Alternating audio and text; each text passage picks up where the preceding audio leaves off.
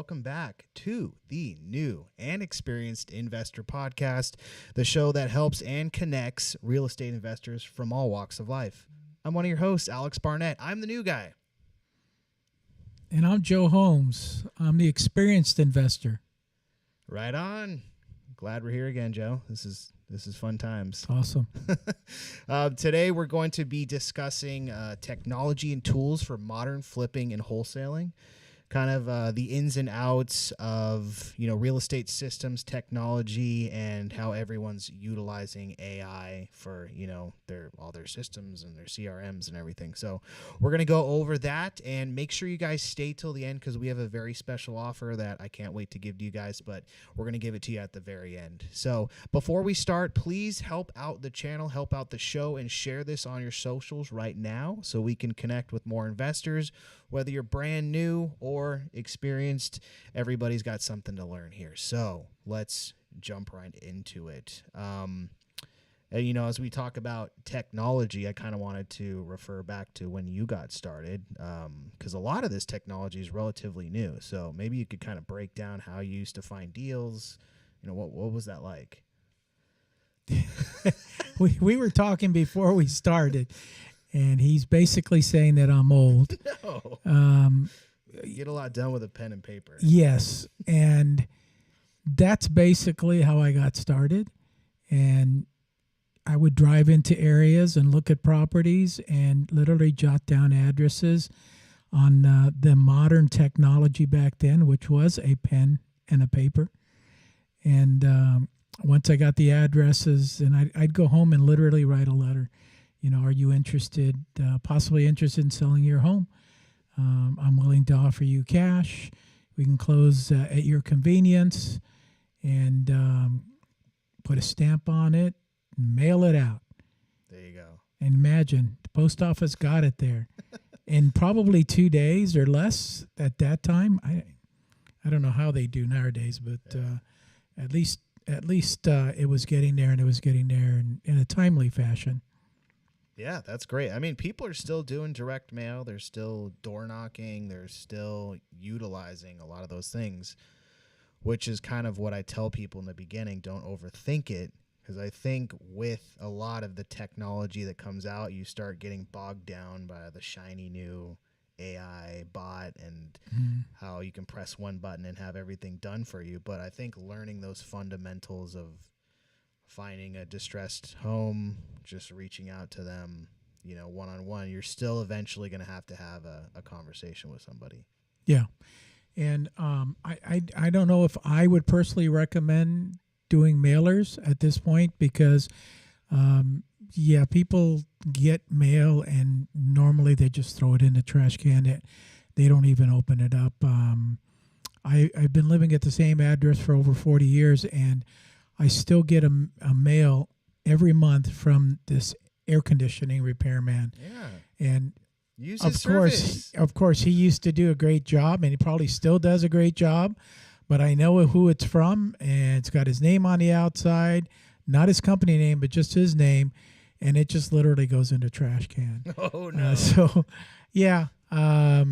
I don't know that that's modern. Yeah. Technology that should be deployed nowadays. I think it's just tried and true, though. Yeah, and back then it was literally just grabbing addresses from places that appeared to be in distress. I didn't do door knocking back then. Okay. That came later. Okay.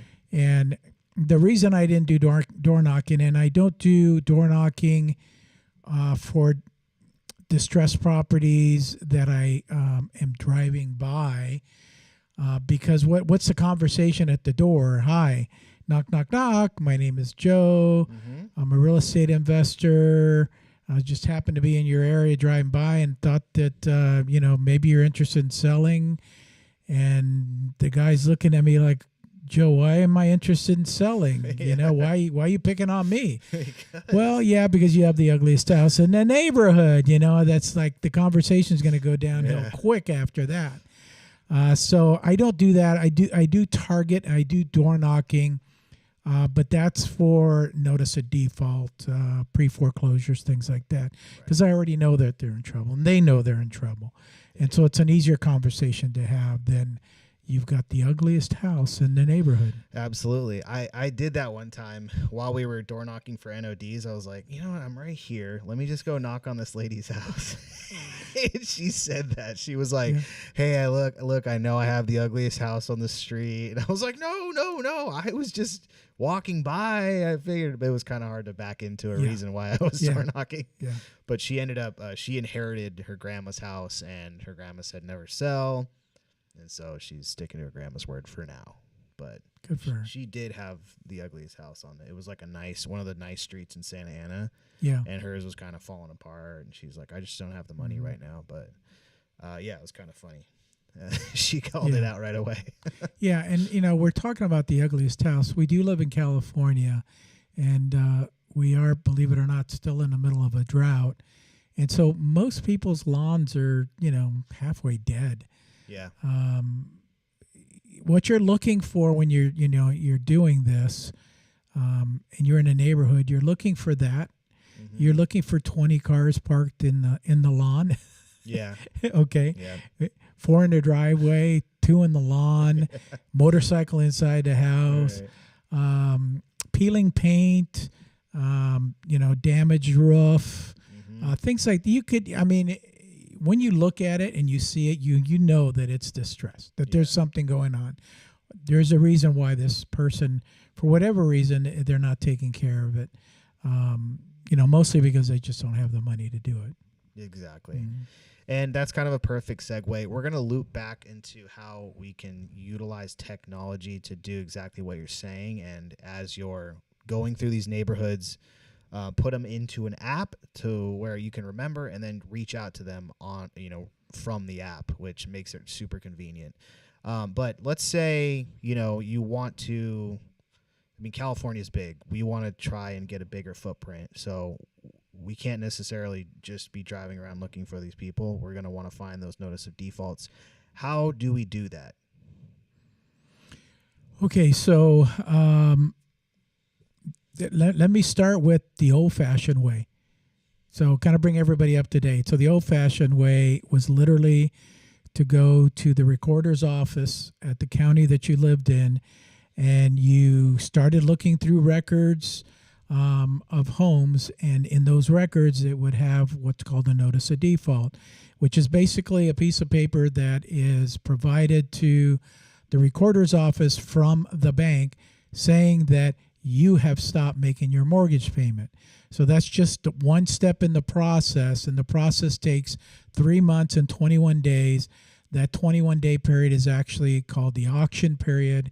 So you have 3 months and 21 days to cure this problem that you have. And if you don't cure the problem in California, since we're a trust deed state, the mortgage company can foreclose on you in that short period of time, 3 months and 21 days. So back in my day, we would look and we would pull microfiche, and I know nobody knows what that is, okay? But it is just, a dark piece of paper that they shrunk all the paperwork into, and then you had to put in a special machine. But anyways, moving on to today, where there's companies like PropStream out there that literally they send somebody down to the courthouse, to the recorder's office, and do the hand searching. And I don't honestly think anymore they even do that. I think it's just all automated.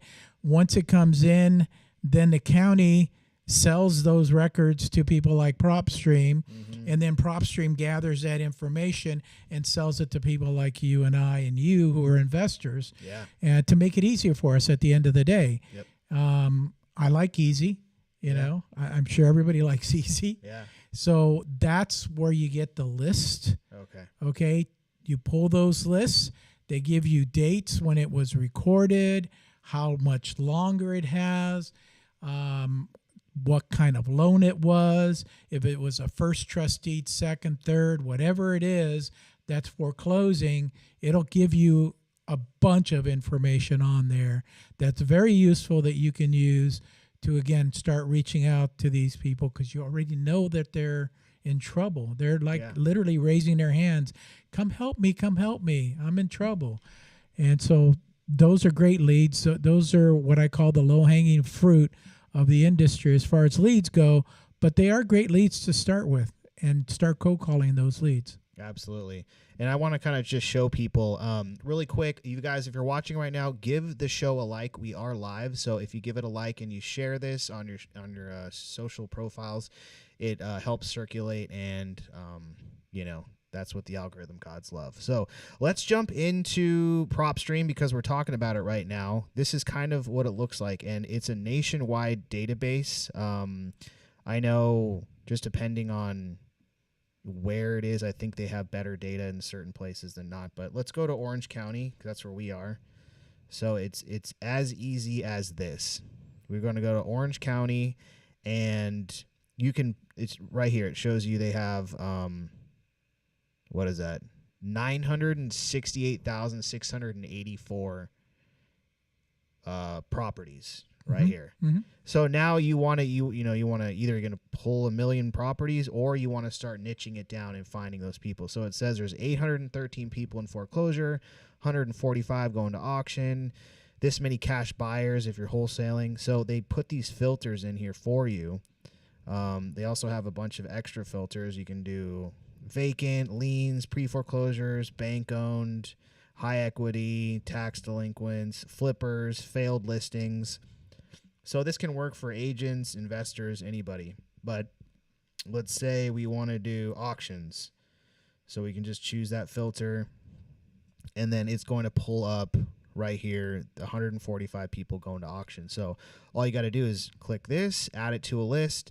You basically export that, and then you're ready for the next step. But it's that simple, and you can, really quickly start honing in on people that are in certain situations that could work for a possible deal. That Absolutely. seems Yeah. pretty cool. But what do you do after? Good call. So it's called SKIPTRACING. Okay. And basically, we're going to get the records from here from PropStream, and I know they do have a skip tracing within here. I've found it's not the most accurate, and it is a little expensive. Each software company is going to have their own skip tracing, but what I like to do is pull at least 10,000 records, because we're texting, and we're going to talk a little bit more about that, and then come over here to kind skip tracing. And it's super simple. You can get basically it's 3 cents a record, and it's pretty accurate. And is there like a minimum to get that? There's not. Well, you can do it two ways. You can put $300 down, and then you'll get 10,000 credits, which is what I like to do also, because sometimes we'll have a list of just 20 people. Or you can, get 10,000 records right off the bat. And then as you move up, it gets a little bit cheaper and a little bit cheaper depending on, how much you're pulling. But what's cool about kind skip tracing is they also have to where you can pick, let me log in here. You can pick from lists that they already have. So they'll say, say you don't have PropStream or whatever. You can come over here, and you can just pick from a list to where, customize a list right here. 20-year owner occupants, people with ARM mortgages, absentee owners, cash buyers, double mortgages, financial distress, full county, never been sold, matured, expired mortgages. So they've added to this list, but if you don't have PropStream, you can just click on one of these. Oh, I want a potential absentee list, and this is every homeowner that owns 2+ houses but is not on the absentee list. So you can really get in there and kind of niche it down, and then you just give them basically the zip codes you want, or the county, or the city, and then they'll pull it for you and send it to you for the same price. So I'd like to make a small point here that if he's pulling from that list, and then I'm logging in a little bit later and pulling from the same list, they're selling us the same list. Yep. Okay. If you're driving for dollars, you are literally pulling a custom list that nobody else has. Right. So that's another nice thing about driving for dollars. And I think with the driving for dollars program, there's also what they call virtual driving for dollars. Yeah. And they get the Google map out there, and they try to connect that so you can see the house as close as you can. Yeah. So that you don't have to actually drive out there. I know. And I thought that was a great feature that they just added. Yeah. Maybe a few years ago they added something like that. But the difference between literally driving for dollars and just pulling a list like he's talking about now is the driving for dollars app is a lot better leads because you've already been there. You've seen that the condition of the house. These leads are just basically pulled. They don't know whether it's a great looking house or the ugliest house in their neighborhood. Yeah. And then you have to go through the skip tracing and then go to the next step, which is either cold calling or texting. Absolutely. And as you start doing this, you do realize that, there's some wholesalers, some flippers out there that are pulling the whole county. So they're getting every list. And then there's people that go in and they do what's called list stacking. So they'll find like an absentee owner with a vacant property going to auction. And so they'll find that person that has all those distressed markers that they can, go out and market to them. Yeah. So it just kind of depends on your style, your budget, what you're trying to accomplish. But the technology, which is what we're focusing on here, is just, it makes it super easy, which can make it to where it's oversaturated, but you kind of got to get creative at that point. Yeah. Awesome. Yeah. And real quick, I've had people ask me like, okay, Joe, if I start doing this, how long do you think it'll take me before I get a lead? And that's really hard to say because, some people are, I don't want to call them lucky because I don't believe in luck. I believe in, you individually making your own luck, which is called work, by the way. You have to get out there and work. And so some people are working and, they step into something that they end up turning into a deal, a couple of weeks after they start calling. Yeah. And then there's people that they've been calling for 8-9 months and have not received anything. Yeah. Not one lead. Yeah. So if you're going to start doing something like this, please don't be discouraged. Please keep at it. You learn something new every time you speak with somebody. You look back at your mistakes, and then you move forward, and hopefully you're a little bit better on the next conversation. Yeah, absolutely. And that's obviously the first question people ask, and it's so hard to tell because if you have the money, if you have a W-2 job, you can go ahead and hire 3 VAs and churn through all this data, and you're going to get a deal faster than maybe somebody else. But if you have the gumption and the hard work, you could just go out and you're down to make calls all day. You can also get a deal really fast. So it's so hard to pinpoint, but it's really about finding your flow and then finding what works for you to where you can have the consistency and the longevity, because there's a lot of ups and downs, especially when you're learning. There's a lot to take in the beginning. So hopefully some of these systems that we're showing you that we use can help you in your journey. If you guys want links, because a lot of these we have discount links, we're going to put them in the show notes. And then it also supports the channel. So if you guys do us a favor and you're going to get, the Driving for Dollars app or maybe the texting app, which we're going to talk about next, please use our links, and then that will support the channel. Also, if you guys have any questions, we're live right now. We're here. We're here for you guys. Drop them either if you're watching on Facebook or YouTube, and we can answer any questions live right now. So moving on, we have our 10,000 person list. We have all the phone numbers.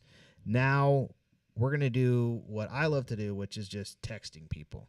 So we're going to load that up, and let me show the viewers right here. We use a platform called Launch Control. And so We just go ahead and load that in to Launch Control. It looks like this. This is our dashboard. They're keeping track of all the KPIs, how many hot leads, warm leads, how many drips we have. And what a drip is, if someone isn't interested right away, we can put them on a drip, and basically the software will text them in 30 days, 60 days, 90 days, and just kind of be in their ear just in case something changes, because they may not be ready now, but the fortune is in the follow-up, so it's going to be something you're going to want to do. So essentially the way Launch Control works is we'll come in here, we'll create a batch, and it's about 150 prospects that we'll hammer through each of their phone numbers, because when you skip trace, you'll get like 1 to 7 different phone numbers, usually 1 being the most accurate, the most recent.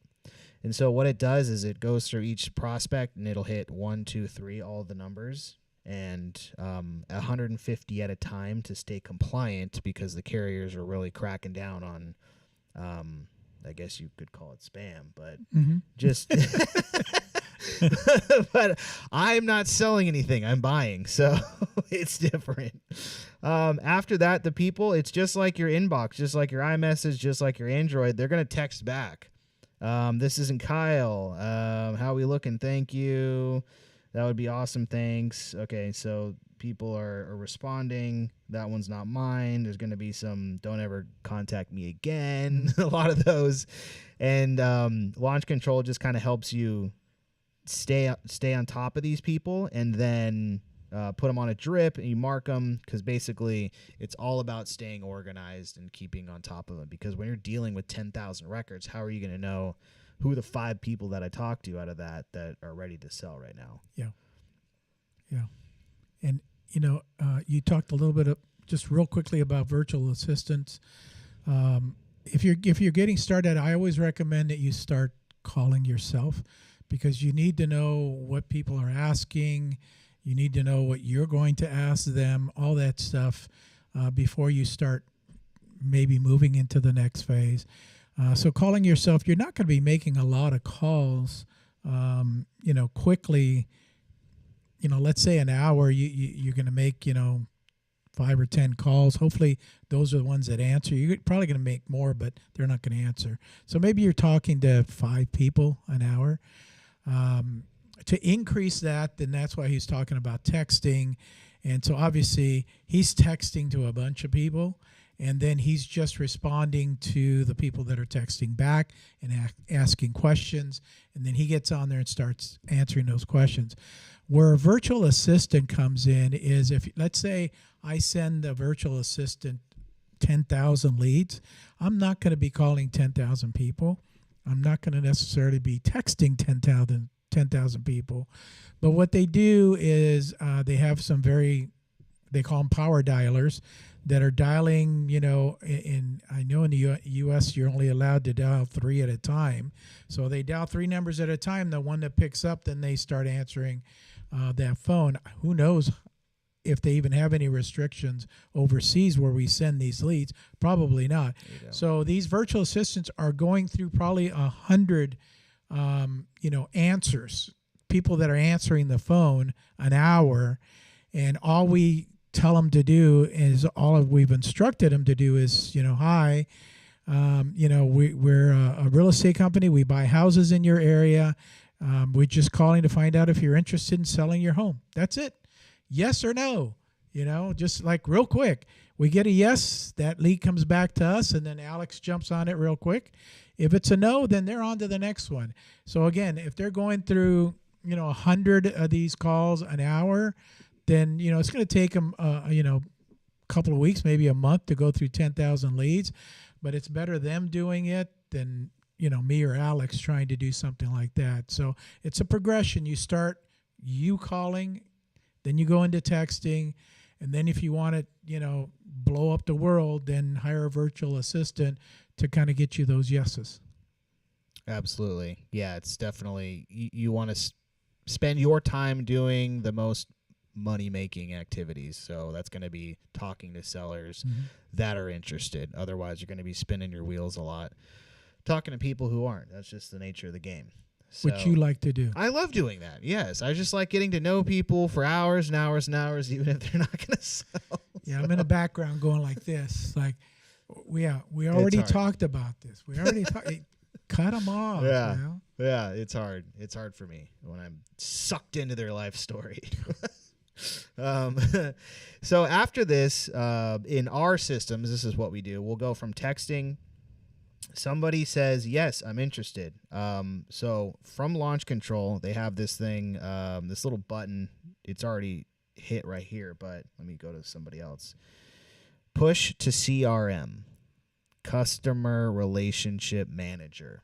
So we're going to push that into our CRM, and that basically sets it up in these pipelines. So it's called your pipeline. And you want to have your pipeline full of sellers who are ready to sell their property. Without any movement in your pipeline, you're pretty much dead in the water. So that pushes them over here into our CRM. And this sort of helps us keep track of where they are at that point. Okay, they just came in. This is a new lead.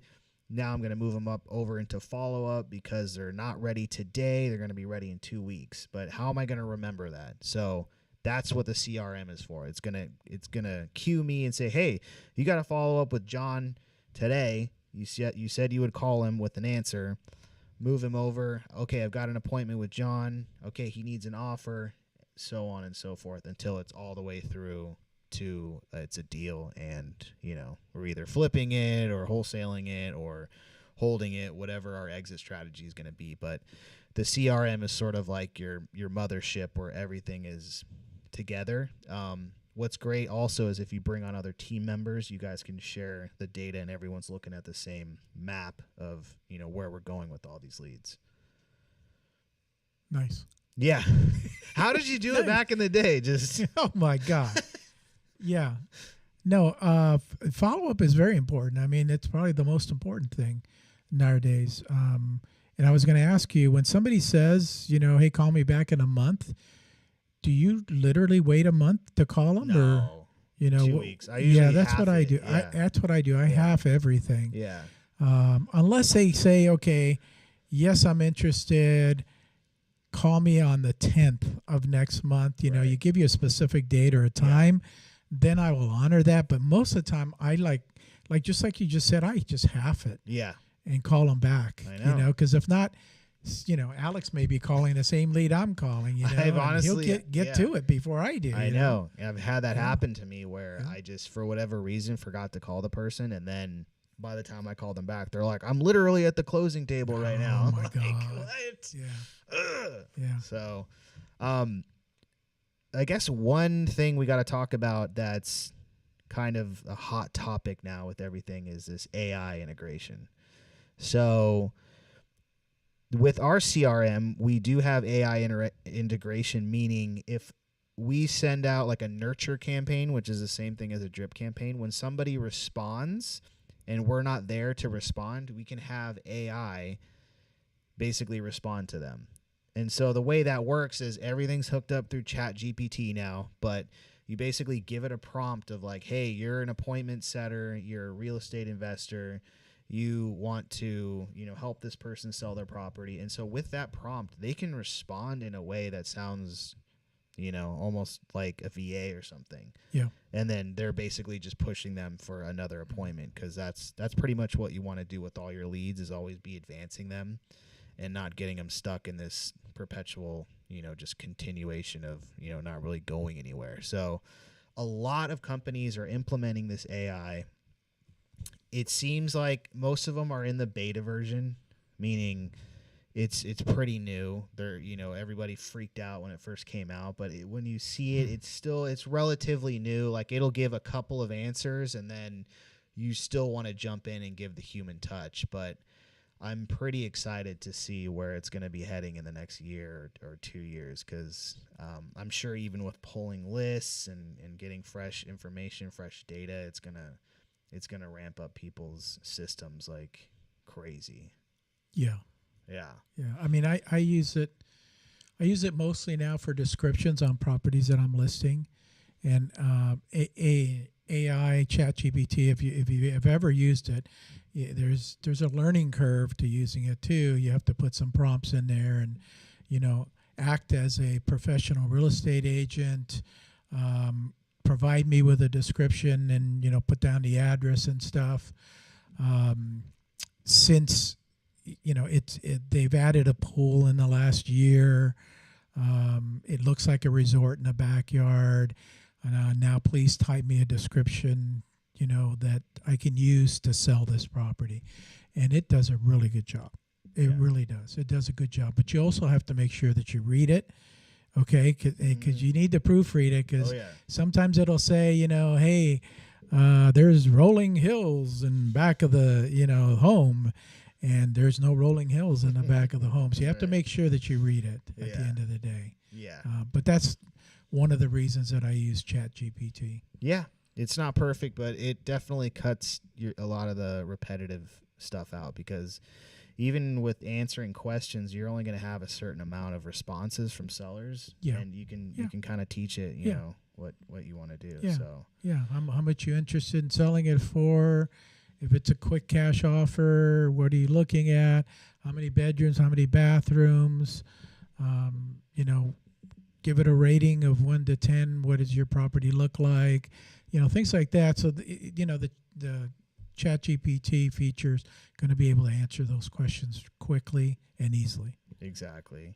And if you guys need a CRM, everybody always asks, which CRM do you guys use? We're gonna have a link down below in the show notes of the CRM that we use. And if you're kind of nerding out on this AI stuff, they're implementing new AI features all the time. So it could be good if you're just starting out, or even if you're experienced and you want to cut back on some of the mundane tasks that you have. So let's pop over now, speaking of AI, into this the Driving for Dollars app that we use. And I just want to show everybody really quick sort of an example. They came out with their AI. It's hooked up to Chat GPT, but it's called Alma. That's what they're calling it. So let's take a look at this clip really quick. It's a friendly real estate AI assistant developed by Deal Machine and powered by OpenAI. Though still in beta version 1.0, Alma is designed to be smart, direct, and most importantly, helpful in analyzing real estate deals. With Alma, you can quickly and easily decide whether a property fits your investing strategy, receive advice about how best to market to a property owner, and get insights on property valuation and rental prices. Please note that Alma is programmed to only answer real estate industry questions. Any questions outside of this domain will not be answered. However, if you have any real estate related inquiries, Alma is ready to assist you with its knowledge and insight. So let's dive into this demo. Okay, so that's, she kind of explained it right there. And it was kind of cool. So basically, and Joe couldn't see it, but but it showed the Driving for Dollars app. So you kind of have that when you're driving around, you click on a property, you can save it to a list. You can start building a list that way, like Joe said, of people that may not be on these other lists that people are pulling. Then right there, it gives you some prompts, and one of them was it was like, analyze this property for me. And then it said, okay, what's your exit strategy? They clicked wholesaling, and then it said, okay, your maximum allowable offer is like $103,000. So right there, that's nice. Saving you, like a ton of time. Yeah. Especially if you're on the fly. So let's say, you find like a house that really needs a lot of repair, and you see that it's vacant, or something pops up in your neighborhood that oh, something's going on with that house, then you can reach out to the person right away and be kind of first in line. So but there's a bunch of prompts they're adding to it, like I said before. A lot of these are in beta. This is version 1.0, but it's only going to exponentially grow from here. Yeah. So it's going to get crazy. You're going to be able to analyze, send an LOI, send a mailer, send a text, have it dial for you, all at the push of a button, which is going to get crazy. Talk to the seller, negotiate the deal, exactly. Send them a contract. Yeah, I know. Yeah. They do have some bots, I know, that are doing that for like Facebook ads and all that stuff. So It's just a matter of time. Really quick, you guys, I see there's a few people watching right now. Do the show a favor. Drop us some questions that we can answer, regarding technology or just real estate investing in general. Also, give it a like. Give it a thumbs up on whatever platform you're watching right now, because we're just trying to grow our audience, grow the community, and share our experiences with you guys if you're just getting started, or if you're a seasoned investor. So what did we talk about today? We talked about pulling a list. Mm-hmm. We talked about skip tracing. Mm-hmm. We talked about texting, Mm-hmm. and then driving for dollars, and then keeping that all together in a CRM. And so down below, we listed out all the systems that we're using. We have a flip right now in Huntington that we got using this exact system, and it's going to be a banger. So, you can do that too using these exact systems. Last but not least, I said we had a special treat for everybody.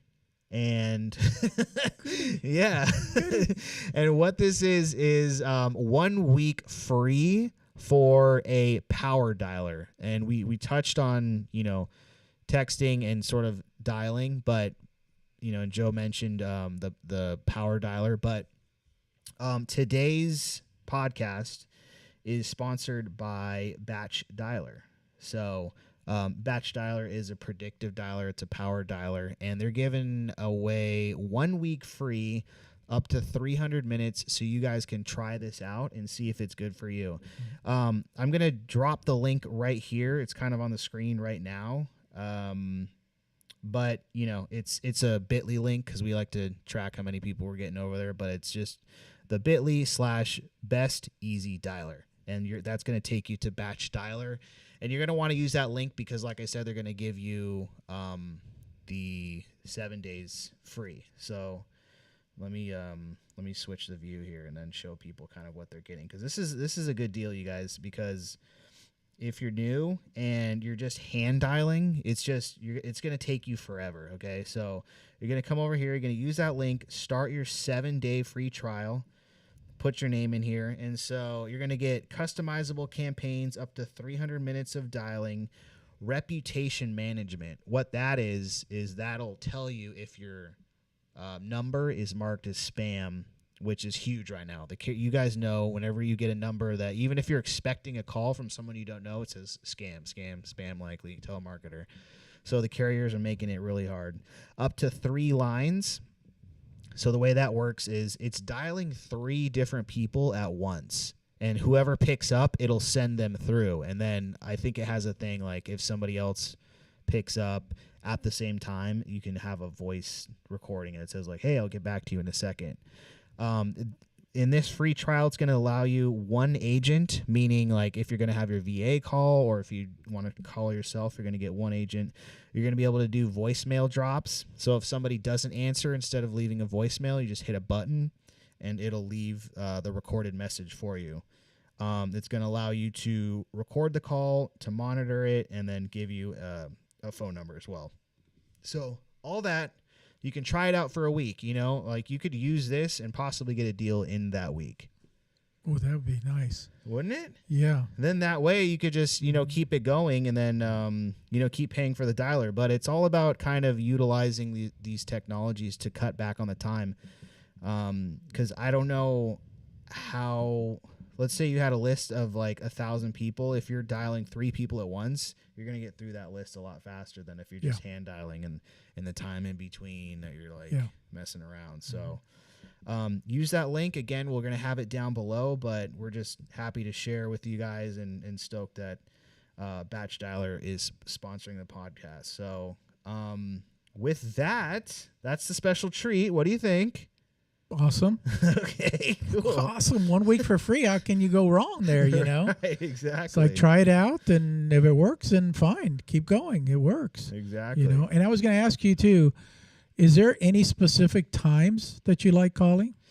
They say, I don't know who they is, but they say not during lunch, but at any time like after that. So in the evenings. You got to think about people's lives, but at the same time, you don't want to get caught up too much on that, because then you're going to talk yourself out of like, oh, I was going to call this morning, but everyone's like going to work. Yeah. I've reached people at the weirdest times before. I think the biggest thing is don't call too early and don't call too late. Mm-hmm. And what's too early and what's too late? Probably I'd do I wouldn't, maybe 9 and then to 7:30 or even 8, depending on I don't know. It's just always different. Yeah. But that's kind of where I would stay. Okay. And then maybe not. And weekends, you do weekends? Yep, weekends for sure. Okay. Yeah, weekends for sure. And then some people say no holidays, but people are off, so it's just how tenacious are you? You could just be. You got to come at it as you're helping someone. You're not really. You are annoying some people, but you are helping some people. So maybe you reach them at the right time, and that's on a Sunday or something after church. After church. Yeah. Yes, definitely. In the afternoon. So we want to thank you guys for joining us live. This will be posted up on both of our YouTubes. And then also check out our Instagrams, because we have different videos there that you can't find on YouTube. So check those out and reach out to us one-on-one. You can book some time through our Calendly, which we also have below. And if you're in the Orange County area, make sure you come out to the Orange County Real Estate Network meetup. Then Joe's been running that for years. Give him a little rundown of what to expect. So usually every month we have a guest speaker speaking on different topics. This month is an insurance broker. And I wanted him to come and kind of give us an update on what's going on with the insurance industry here in California. If you're looking to buy a home, I usually said go get qualified for a loan first. It's literally find out if the property that you're looking at is able to be insured.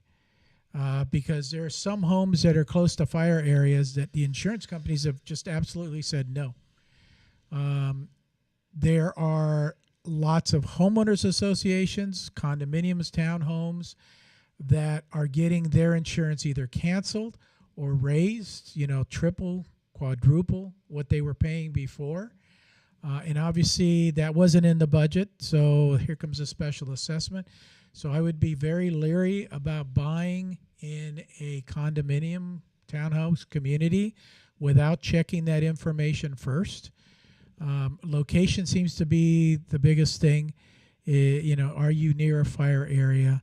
And then, these insurance companies are losing money left and right. So I can't blame them for pulling out of the market here in California because it's so restrictive and they're consumer oriented. The problem with that is that, if the fire risk goes up and they have to pay out claims, somebody has to pay that. It doesn't grow, money doesn't grow on trees. So somebody has to pay that. And so now they're just basically saying no thanks. So that's just one more thing that you have to do when you're out there as a buyer looking for a property is, check to make sure that you're able to insure that property. I was talking to somebody the other day in Florida, because Florida's been kind of experiencing this way before us, and they said they raised the insurance from $10,000 a year, which is high. They raised it to $50,000, and the person says, "I'm not paying $50,000." Obviously, the property values are different here than in Florida. And the value of that property, I think, was $150,000.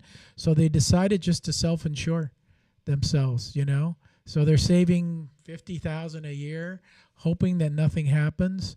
But if something does, at least they'll be able to pay for it in 3 years.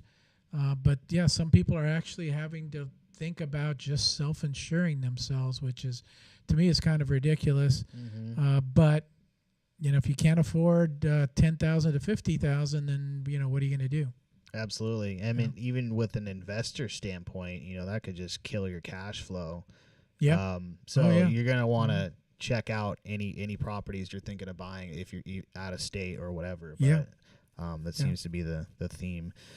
Yeah, but these meetups are great for that, learning like some topics that I wouldn't have even thought of, and then also just the amount of people. I think the last one you had like 75, 80 people. So you got to think these are all different types of investors. I've met cash buyers there, other wholesalers, other flippers, private money lenders. So anything and everything you could want in your real estate career is going to be at these meetups. And Joe has one of the top ones in Orange County. So make sure you're getting out to that.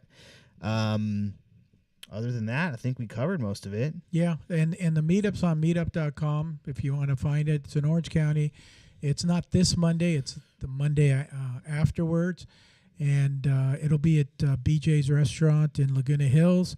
So with all that information, you should easily find it. Again, go to Meetup, and you should easily find it there. Great. Awesome. Yeah. If you guys, again, if you missed the live, we're going to be recording this, or we're going to have a recording on our channels. You can find all the systems, all the links down below that help support the channel as well. It's everything that we use to get our deals. And please share this with your friends, with your family, anybody looking to invest in real estate. Thank you so much for joining us. We'll see you guys next week. Thank you. See you.